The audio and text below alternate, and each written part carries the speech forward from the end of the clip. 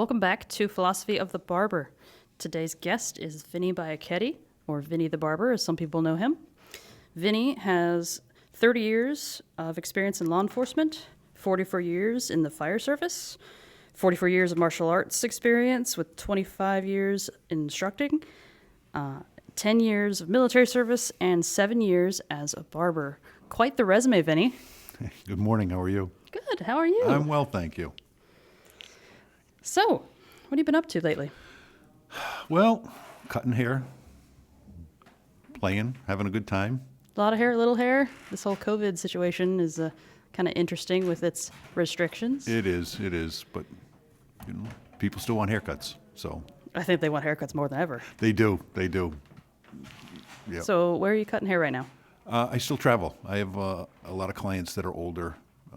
I do a lot of house calls. I'm probably one of the few traveling barbers that in the state that actually does exclusive traveling.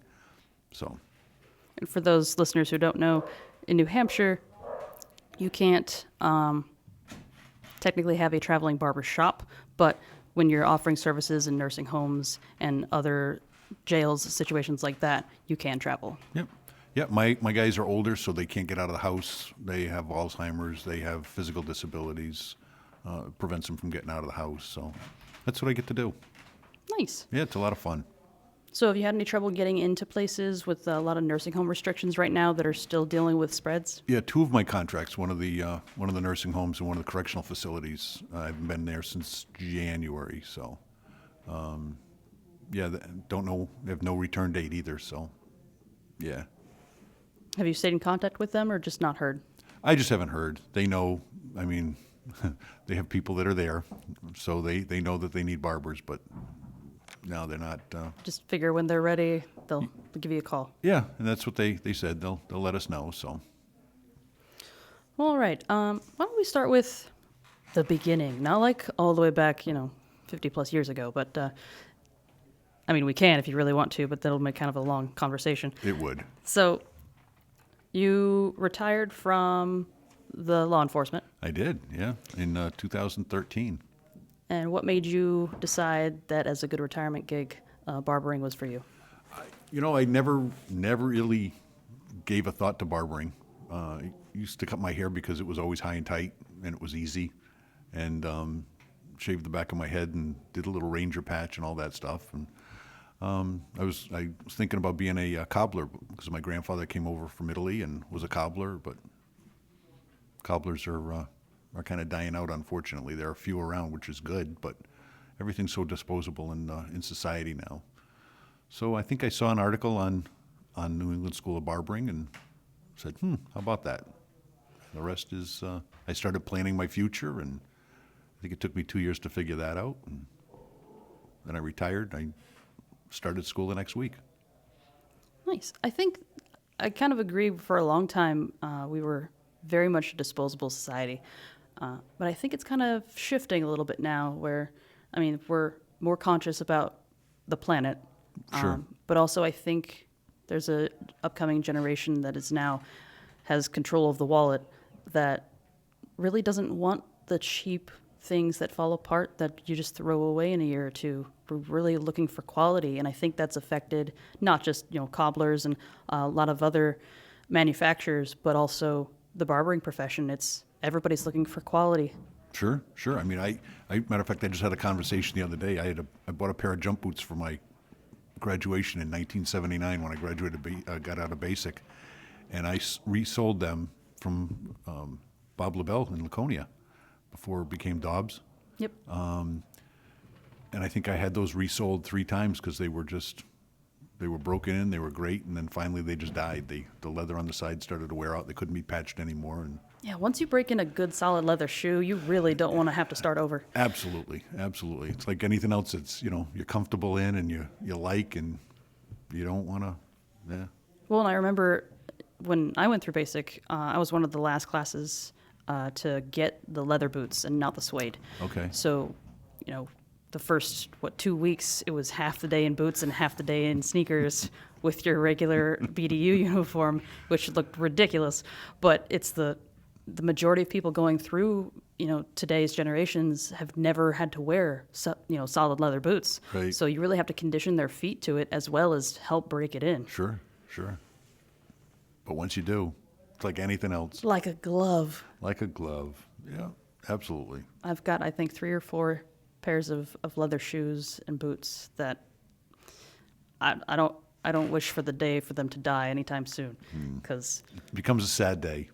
between breaking it in with your foot and getting the needed layers of polish on to really make them pop and shine, I mean, there's not a lot that's better than that on a shoe. Nothing at all. And I think with the same way when it comes to the barber experience, where for so long there was either unisex salons because barbers weren't willing to cut long hair, Right. or even more so the corporate chains. You have the Supercuts, the Great Clips, the Sport Clips, however many clips and cutters that you end up seeing that would just like knock them out in 10 minutes. It's all about quantity, not about quality. Right. So I think that's part of the reason why in New Hampshire in the last 10 years, we've really had a major resurgence in barbering, where 10 years ago it was 600 barbers licensed in the state versus 12,000 hairdressers. I think the number when I graduated, there were like 1,200 barbers and 12,000 cosmetologists. And Yep. And now I think it's pushing 4,000. is it really good? That's great. There's enough work for everybody. Oh, definitely. As long as you got 400 heads per single barber, you're good. Yeah. And and you actually have customer service, then you should last. Well, and having a genuine connection with your customers, I think, that's how you keep people. That's the customer service part. But I feel like there's a weird business model in the corporate area, and this is not to like crap on corporate, but it's just the reality of their business model, where they even discourage their individual stylists or barbers from having a clientele, because their business model is based on walk into any of our establishments anywhere, sit in any of the chairs, and you'll get the same quality haircut. Really? That's not necessarily guaranteeing how high quality it is, but it's that like C average across the board. Mm-hmm. That's the business model. So that is in essence discouraging your stylists or barbers from gaining that following, because not only are people going to you for you, but they're also going to you for your signature version of what you put on their head. Sure. So I feel like that's kind of helping the barber profession right now, in New Hampshire at least. Right. Well, Because, I mean, we can only talk about New England. We haven't been a whole lot of other places when it comes to our profession. yeah. I mean, my customer services, I worry about my haircuts, make sure that they're good. And I really hope that not only the person likes it, especially if they're married, that their wife likes it or their kids like it. Anybody who has to look at them. Anybody that's important to them that has to look at it. Absolutely. It's, when I was cutting I cut in a spa for 3 years, and it was more high-end stuff. And you worry about that because not only will people come back, but these are businessmen, politicians, people that were performers, rock stars, those Public kinds of things, figures. athletes. You'd rather have them go, hey, look at the haircut, as opposed to, oh, look at the haircut. I don't want to be the second. I want to be the first. Well, and I feel if anybody's like lacking confidence in their skill set, if you pay close attention to so many people, public figures that you see on TV, and if you actually see their haircuts, Yes. and some of them aren't great. No, that's true. It's true. Now, that may be what they like, but it also might be that they don't know any better. But at very least, it's strive for better. So you see the standard, you see what people expect, Right. and, try and hit above that. Sure. Oh, absolutely. I mean, you always try to be perfect. You can never be perfect, but there's no harm in trying to strive for it. So, Yeah, I think my levels of measurement, first level is, do I make the customer happy? right. Second one is, am I happy with it? Is it, if I see you in public, am I going to go, there's a line there? Or am I going to go, that's a nice haircut. Did I do that haircut? It looks familiar. And the person turns around and you go, yeah, I did that haircut. See, mine's the other way around. My happy first. It's funny because I had a client who was sitting in my chair one day and he said something and I made a comment. It was one of my usual smart comments. And he goes, look, it's your hair. You just let me wear it. So I've kind of stuck with that. And, if I'm not happy with it, it's not leaving the chair. So. Well, and that's why I always say that's level 2 for me is because, all right, making them happy, that's not a very high bar. Right. I can make you happy, no problem. But I also need to be happy with it because I have a much higher bar for myself. Oh, absolutely, yes. And then, of course, especially if somebody comes in and their significant other that they have has to look at them isn't present. Right. And they're first time in my chair and they go, all right, I'll let you know if the wife approves. And, I'll come back. And if she has a tweak or suggestion, then we'll go from there. Yeah. And I go, no problem. The only thing I want to do is make sure that I don't make them angry because I don't want a call from a wife going, I can't believe what you did to my husband's hair. Right. That's right. I don't do well with conflict. No. I have no problem with conflict. I have a problem with conflict with other people that aren't involved. Oh, the peanut galleries? Mothers, wives, yes, when they call and say, what did you do? I did what he asked me to do. Don't do that. Okay. Next time, pin the instructions to his shirt. I've had that happen. My wife said, this is what I need. Okay, I can do that. Yeah, and that's fine. If you're that person that cares nothing about your hair and your significant other wants to see you in a certain way because that's how Right. they find you attractive, then power to you. That's it. It's funny how different barbering is. It's not just coming in and getting your hair cut. There's so many other things that if you're a good barber, beside having skills, there are a lot of other things that you need to think about, you need to work with. Oh, you're the middleman, you're the therapist, you're Absolutely. advice giver, financial advice, legal advice, medical advice. You just have to be an all-around, hey, this is my suggestion as a reasonable person. Right. Sometimes you're just a sounding board. Lots of times, absolutely. It's kind of like being the bartender. I think it's a little bit easier than being the bartender, personally. Yeah, they're not drunk. Pretty much. Most of the time. Unless you have that kind of a shop. Well, where I was, I had a guy who would bring in a handle of Jim Beam, and every week he came in, and I would have a glass of his stuff for him, and he would sit and get his face shaved because he would sit up when he would do that, and because he couldn't see anything, he had to look around and got his hair cut and drank his bourbon, and That was his day at the spa. that was his day at the barbershop. Yep. And for anybody who doesn't know, in the state of New Hampshire, for salons and barbershops, you can offer complimentary alcoholic beverages Yes. without a liquor license. Yeah. Especially when it's his. Right. Especially when your customer brings it in and is like, hey, I'm going to drink this. Are you cool with that? Yeah, stay in my Sure. locker. That's it. Stay in my locker, and nobody else drank from it. And that's all you can ask. That's it. You're absolutely right. But yeah, everybody seems to have, their own level, their own measurement for, what is relaxing for them. Right. And, it's important for barbers to be flexible and versatile in offering what that person wants. Yeah. And being aware of that, being able to read that and have that communication with a customer. Yeah. It's really important too. I mean, I ask 3 questions, and if I get yes, no answers to them, they don't want to talk. If they expand on those questions, then we'll talk, and it's up to them. Sometimes especially shaving, and I like shaving more than I like cutting hair.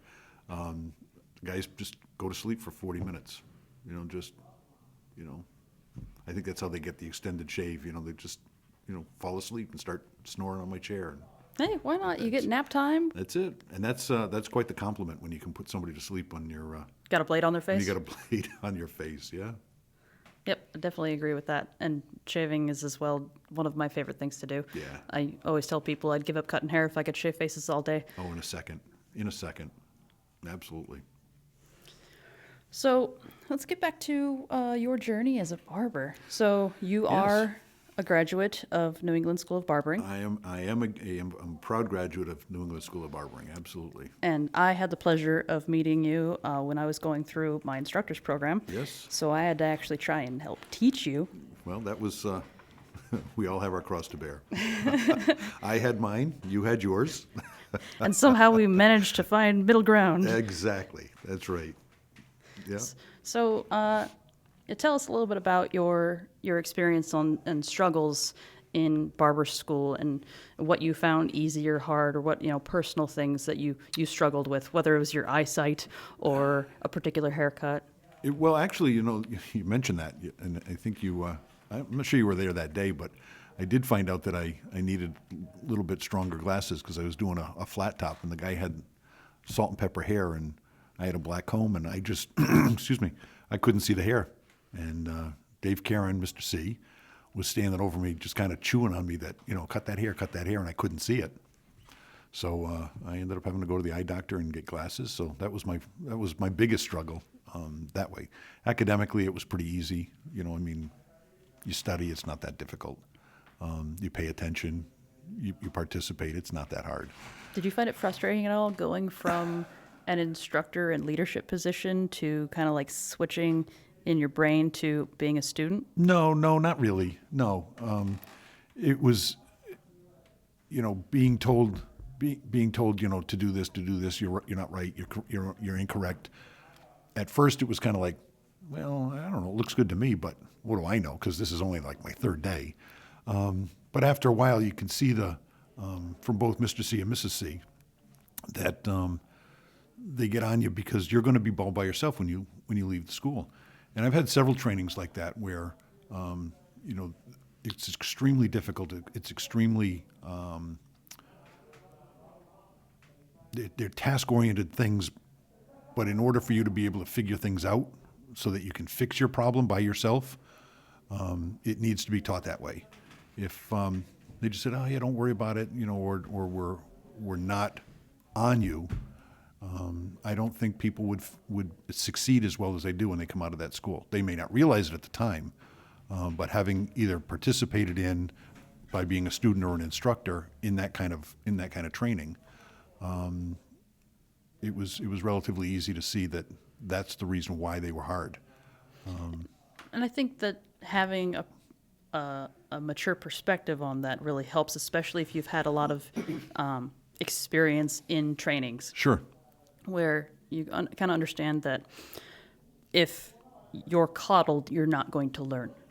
Like that type of information, if it's presented in a way that's too comfortable, or you're only given a very controlled situation to try and establish that knowledge, Right. that it's not going to stick in your brain. It's going to kind of like chill there with static and then fall away. I agree with you to a point. I mean, you'll learn it, but the problem becomes the critical thinking skills that we as barbers actually need, so that if you screw something up, there are the procedures, and I use when I see Mrs. C all the time about the 14 steps of shaving. They went out. I think my license was still warm when those procedures went out for me. But if you pay attention and you take what they teach you to heart, as opposed to them, always ragging on me and yelling at me and telling me I'm wrong, you have those skills and the ability to think past those problems, not get flustered, and fix your issue. Whether it's changing the haircut, excuse me, and apologizing, saying it's going to be a little shorter this week, or being able to, fix it with some other method, but as opposed to having a meltdown. Right, and we need that because it's inevitable that we will make a mistake. Absolutely. Even as a barber that's been 7-8 years or decades, Right. like, you will have an off day, off moment, a twitch, an oops, a wow, whatever you want to call it. Right. And you're going to need to, number one, be able to keep your cool in that situation and not like have to walk out and take a cigarette break, or like have a meltdown and leave your customer alone in the chair like, what's going on, guy? Right. Where'd you go? Are you done? but also having those critical thinking skills in that high pressure situation, which for those of us who are military vets isn't that high pressure, but Correct. it's high pressure when dealing with a social situation. Right. And I think my background is really good. When I got out, my school finished, I didn't have anything to do really for a while because time was coming up and I had some plans. And so I had like a month off that I didn't have anything to do. So I went back to the school and I was just helping Mrs. C cut because she was short barbers. And this guy comes in and he goes, I just want a number 2 all the way around. Well, the 2, we don't use guards. So the number 2 is not a guard. It's a 1/4 inch and it's a blade. It's metal. I've never used a guard, so I don't know how to use them. But he knows it because he's been going to the school the whole time. And I had one of those moments and Mrs. C it was just her and I in the shop and we were talking and I ripped into that and the sound was different. And I realized that there's a difference between an 1/8 of an inch and a 1/4 of an inch. Because he didn't want it tapered. And she looked at me, I looked at her, and I just finished up with my number 1 in that area and then went to the 2 and it was fine. But that's the critical thinking, is that I knew as soon as I heard that sound, something was wrong. And so did she. But he never knew it. And that's, that's part of the hard, I don't want to say hard. It wasn't hard, but it was the demanding task of teaching properly. Well, and being able to execute that trade that you went to school to learn Sure, yeah, in the professional setting. right, Going, when you have no safety net, right, nobody to talk to, especially if you were running a one-chair shop, yeah, or you're working at an establishment where nobody's going to be around to help you, right. that you have to make it happen. That's it. And she was cutting. She never came over and said, "What did you do?" Oh, she just looked at me. I looked at her and went, gave her the kind of the eye roll off to the side. The guy never knew. She never said anything until after. She goes, "Little different, huh?" I go, "Oh yeah," and that was it. We fixed it, and it was fine. So, but again, I think that's a lot from my background too. Oh, definitely. I'd say you have a lifetime of dealing with high-pressure situations. Exactly. Cutting a hair is not for me, is not high stress, high pressure. Same. Yeah, yeah. But that's also because, I was coming straight out of the military, going to barber school, Right. and going, I don't have to carry 2 weapons right now. Right. I don't have to worry about my safety. The worst possible scenario in this situation is me messing up somebody's hair or cutting them. Right. I go, and though I will feel guilty about it and I will feel bad, it is not life or death. Right. Exactly. So, what would be your advice for any students that are planning on going through a program that was the same or similar to yours? You don't know everything, even though you've been cutting hair for, and there's a difference, and I'll preach for this for a bit. People say, well, barbers shouldn't have licenses. They shouldn't cut. It is not about, being a barber is not about cutting hair. It is, but learning to be a barber and being licensed to be a barber is so much more. The courses that we take, the anatomy and physiology, the hair texture, the skin issues, those kinds of things. As a barber, you look for those things. If you're just cutting hair, you don't look for that stuff. You don't know any better. So, you want to actually study. You want to be a good barber. You want to be the best barber you can be. And if you get you get out of it what you put into it. And if you just go to class and cut hair and don't pay any attention to anything and don't care about anybody or anything, you're going to be that kind of barber. Well, and the entire point of our license is we're tasked with the safety and welfare of the public. Absolutely. That is the only reason we have that license. Correct. It has no sort of measurement for how well we cut hair. No. Only that we can do it safely and clean. Yeah. I've seen unlicensed people give phenomenal haircuts, and I've seen licensed barbers give haircuts that I've fixed. But there is, like you said, so much more to that, and the health and safety and welfare of our clients is so much more important. The spread of disease and, hair is not clean stuff, and you got to pay attention to that. Well, hair can be clean stuff. Hair can be clean stuff. You're right. You're right. But And I think that's actually one of the things that really has people hesitate in entering the profession is there's a societal perception that hair is automatically dirty when it comes to, grooming expectations in general in our Western society. Right. It's that, less hair is better unless it's on your head. And then it's like, it depends on who you are. Right. So there's a weird perception that hair means dirt. But hair is just hair. Right. And it's dead. And it performs a function. Yep. Like, it's part of our biology for a reason. Like, it's not like it's like, why do I have nose hairs? They're just in the way and they look gross. It's they actually act as a filter, Correct. keeping out a lot of things that could otherwise go into you. Right.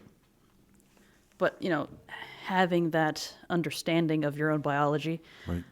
when entering a profession like this, I think is really important. And if you lack that, you won't by the time you're out. Correct.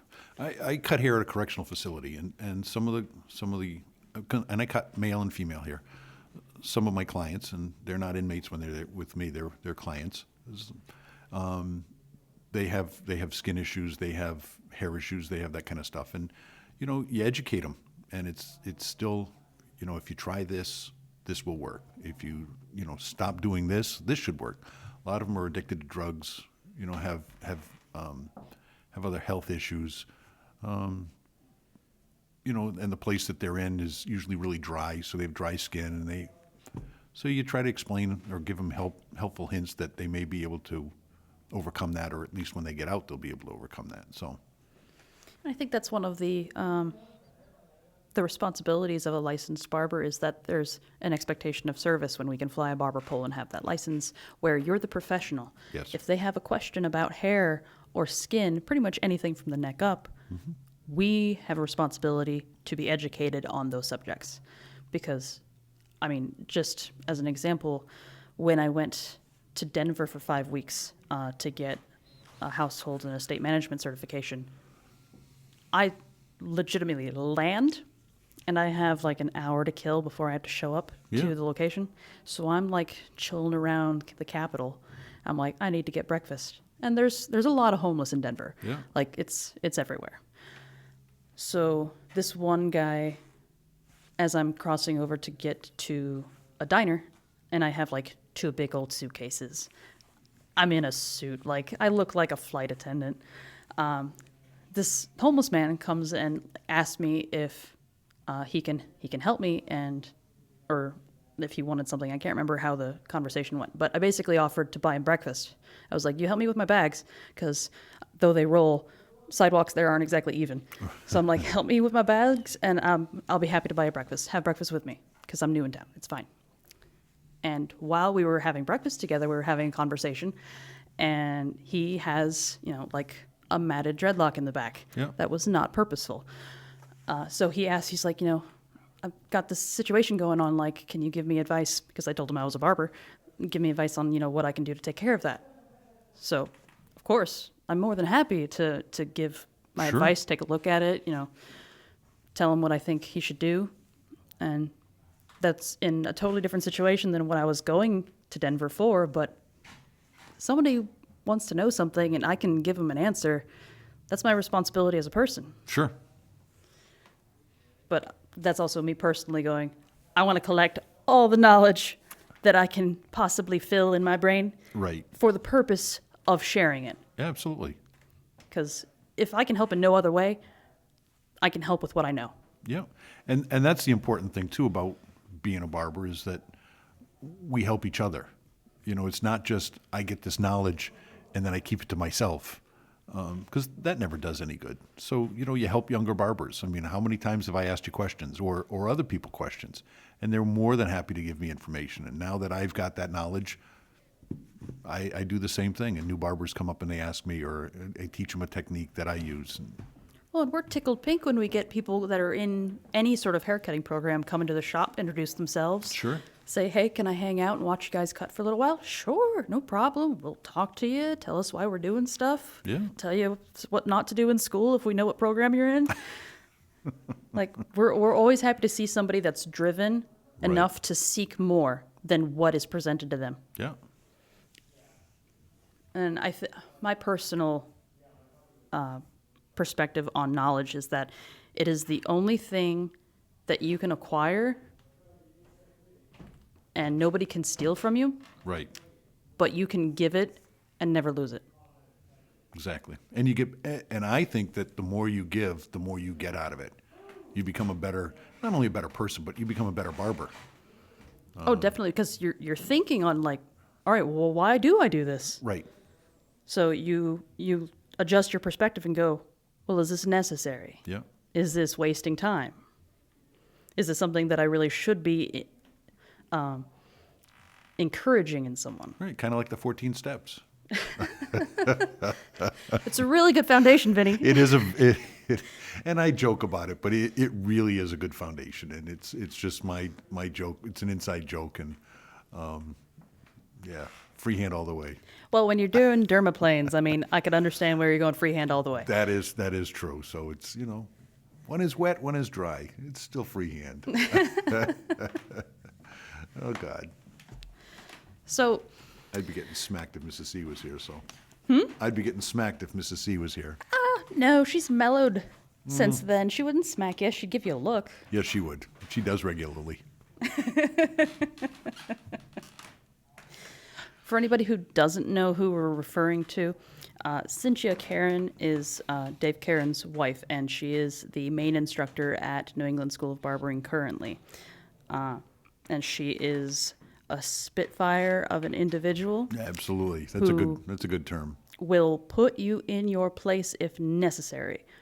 But in the 8 years that I have known her, she has gone from a very spirited individual to a very mature and well-rounded instructor.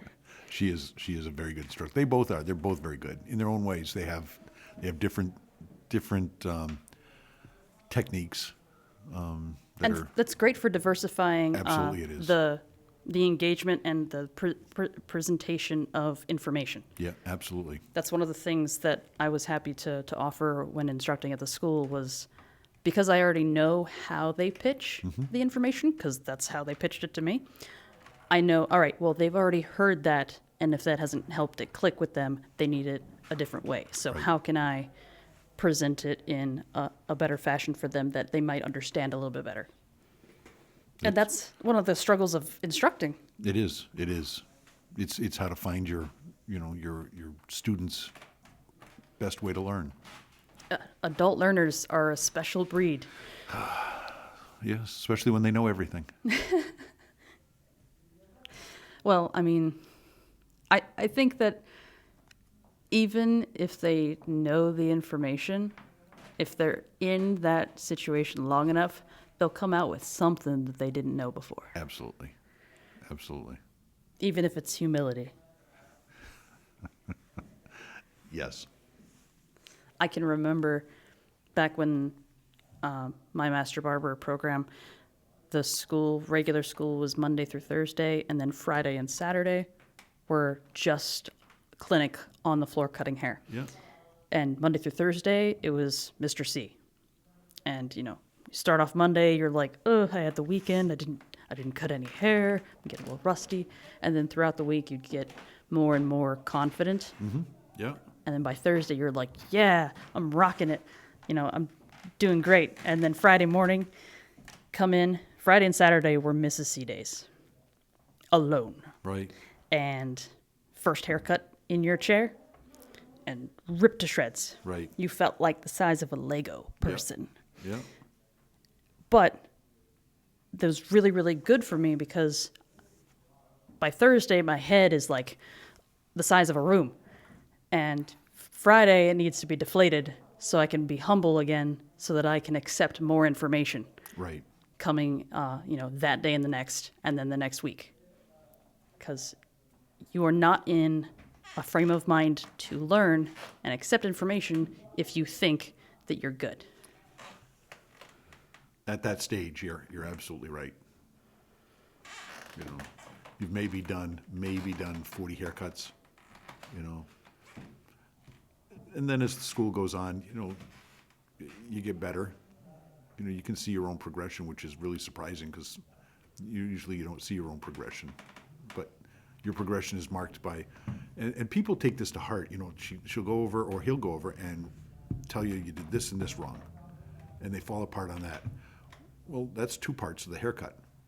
The rest of the stuff they didn't mention, which means I did all right for the other part. I just got to fix this stuff.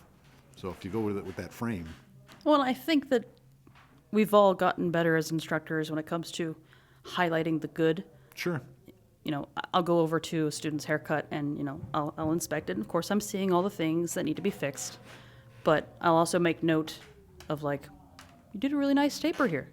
So that's like the first thing that I will start with when correcting a haircut, because when they call me over for a check, they're already like, ugh, they're going to tell me what I did wrong. Right. I'm already looking at what I did wrong, but they're going to say, yeah, you're right, you did it wrong. And they're so concerned with being, like, beaten down right away. right, So, bringing them back up and reassuring them a little bit. It's like, look, you did really well in this area. Like, I acknowledge that. That's really, really good. You have progress. There's hope for you. You don't have to quit. And then we can, have a better mindset of how are we going to improve your skills in this area that you need to work on, this area that you're struggling. sure. And that comes with time and experience when it comes to instructing students. Yeah, it does. You're absolutely right. And kind of feeling out each person's personality, how they react to certain types of instruction. Yeah. And also with the student, I mean, if you're making the same mistake over and over and over and over again, we need to work on that issue. Right. And it's like, all right, so we need to figure out the core. You're not understanding this basic concept. How can we present it in a way where you'll get it? Right. Right. And that offers challenges to the instructor. It's like, does. all right, this thing that I've been doing with people for the last 4 years is not working for this person. All right, I have to be creative. How am I gonna How do I how am fix I gonna this? present this differently? Correct. And that's good because it keeps us from getting bored. Yeah, That's my goal in life, is to not be bored. absolutely. It's no fun when you're bored. I get in trouble when I get bored. Idle hands sort of thing. I don't know. I get yelled at by my wife. Probably because you're bugging her. I am. That's usually what it is. She's a very patient woman. She has to be. She's She- your wife. She has to be. So, what are you planning on doing moving forward? I know everything's very up in the air right now with the COVID restrictions and things being lifted slowly. It hasn't, it hasn't affected me like it's affected other barbershops. Again, because I travel. Right, you have a unique situation. I do. And my clients are, some are terminally ill. They're old. They have dementia. They have, I cut hair in beds. I cut hair in living rooms. I cut hair in, I've cut hair in just about everything but the bathtub, I think. So for me, it really doesn't change that much. My clientele is already established in that aspect, and usually the only time they leave me is when they die. So It's more of an as-needed basis, so it's not so regimented as our yeah, well, our normal I stuff. see them. I see guys once a week. Every other week, every 6 weeks, whenever. Sometimes even if they're not feeling well, they want that haircut. Makes them feel good, or that shave. Makes them feel good. Well, I think it's a normalizing thing too, where it's like even when the rest of your life is chaos, Right. you can take a break and feel good with something you can control. And I was going to say that it's one of the few things that they can control, and even my dementia and Alzheimer patients, they sometimes don't remember me, but they sit and they get their hair cut, and I always ask them, how's it look? Oh, it's great. It's the best haircut I've ever had. Like, oh, that's good. That's what he told me last time, and the time before, and the year before, And the compliment is it genuine is every time. Absolutely. And it's nice to be able to do that. Some will talk, and you hear the same stories, or you hear, you start to number the stories, but they're some very amazing people, or some people that have done some very amazing things as well. And to hear the stories are really pretty cool.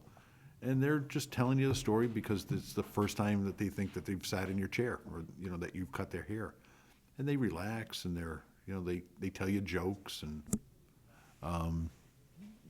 they tell you the jokes, and they do all that stuff that guys used to do back in the 50s and the 40s and the 60s, and It's like a time machine. it is, and it's really gratifying. Yeah, it's really gratifying. All right, so I'm wondering how things are going to go with this whole COVID thing. Like, do you have any predictions moving forward, at least the way that New Hampshire's been doing things? Because, I mean, we've got some restrictions that are, I would say, a little arbitrary. I call them silly. But, all right, so as of right now, this recording, we are officially now allowed to do beard trims again and shaves and basically all the services that we can provide within the certain time allotment that we're allowed. Mm-hmm. But you have to wear a mask for your haircut and any other service that isn't covered by a mask. You can only remove the mask if you're getting a service that is otherwise covered by it, as well as some other interesting ones. Which makes absolutely no sense, but that's okay. Do you think by like August, September, we're going to just be totally maskless? People have been very patient with especially at the very beginning of this. But then we listened to the experts, and I'll put air quotes around the experts because they're the ones with the degrees, that tell us different things. And all of a sudden, like you said, the arbitrary rules come out, and people are going to become less and less tolerant. And I think that's where we are now, or people are becoming less and less tolerant. And they just don't, they don't see the need. The stories keep changing. Well, and I've seen a lot of a major uptick in social media and the tone changes, the attitude changes in people, where I feel like as humans, we generally, as social animals, have a certain time frame of tolerance to be nice. Yes. And to be courteous. Mm-hmm. And I think that's firmly why a lot of professions have that 90-day probationary period, is because that's when you find out whether this person will actually last here or if they're going to start clashing with other people. Right. Whether it's, the requirements that they have to follow as your employee or the personality differences with the coworkers or whatever. We generally have like 90 days of tolerance. Mm-hmm. And we have passed that 90 days. We have. So I feel like that's why at the beginning we were so tolerant, because nobody knew a lot. There's a lot of things that are up in the air, giant question mark, rather be safe than sorry. Sure. Care about your neighbor because we're all in this together, and all those, wonderful adages that people have been spreading around to offer a sense of community, help each other through. But now we've crossed that line of getting into more than 90 days, and people are starting to show their true colors. Sure. And be very short with people and intolerant of, not having their preferred items at retail establishments. Right. And blaming employees or being short with, people in traffic or just any interaction where we've had to deal with so many things for so long that we're just tired. Right. We don't have control. No. Control is something that we don't have. Right. And it's if somebody wants to wear a mask, wear a mask. If you don't want to wear a mask, don't wear a mask. I would never make fun of anybody for doing either one. It's their personal comfort thing. But Well, and I think by virtue of anybody who willingly lives in New Hampshire, we have our motto of live free or die. We're very individualistic people where we believe in our ability to run our own life. correct. And for us to not have a say in somebody else's life. You are welcome to do you, and I am welcome to do me. Right. And we don't have to bug each other. So I think the longer this goes on, the more there's going to be pushback with people who have that mindset of, it is not your job to tell me what to do and how to do it at all times. If you have a store policy, that's fine. A free market society. I have a cell phone policy in my barbershop. Sure. If you want to talk on your cell phone, you can take your butt outside as long as you have working legs. If you don't, I understand. I just hope that that's a priority phone call. Right. I'm fully ADA compliant. You're able to exit and enter as you please. Yeah. But it's, for our establishment, that is a rule. Right. But I certainly don't think that I have any ability to enforce that at, a coffee shop or anything. That's not my house, not my rules. Right. But to have government compel all businesses in a certain industry to add certain things without good cause, I think that's over the line. I don't disagree. And again, you're right. If people want to go into the store, they'll go into the store. If they don't want to go into the store, they don't feel safe, they don't feel whatever they don't feel, then they won't go into the store. And that's free market. That's right. Yep. Well, and right now, we still have that requirement for masks, and we've had customers cancel their appointment because they don't want to wear a mask. Sure. Unfortunately, that means they can't get their hair cut in any establishment in the state right now. Right. As long as they're following the orders that they're supposed to be following. But ultimately, there's only so many ways to enforce things. Correct. But it's unfortunate that it's like, look, you don't be mad at us because we didn't make the rule. We're Right. just trying to keep our license. Well, and that's the thing is it's not your choice. You're being dictated that, and your license is on the line. Right. So I'll be happy when logic rules the majority of the time once again. Yeah. So to make a prediction, I couldn't make a prediction. It changes with the wind. So Or who's yelling the loudest. correct. Well, I certainly hope that by September we'll be a little bit more normal. Yeah, it would be nice. But we still continue to roll with the punches, right? Absolutely. Absolutely. And I'm fortunate that I don't have to live under some of the rules that the barbershops do. I guess it's an advantage that I have. Well, and you're more subject to the location of which you're cutting hair. Correct. Yep. Well, it was really nice to talk with you It again. was wonderful talking with you. Yes.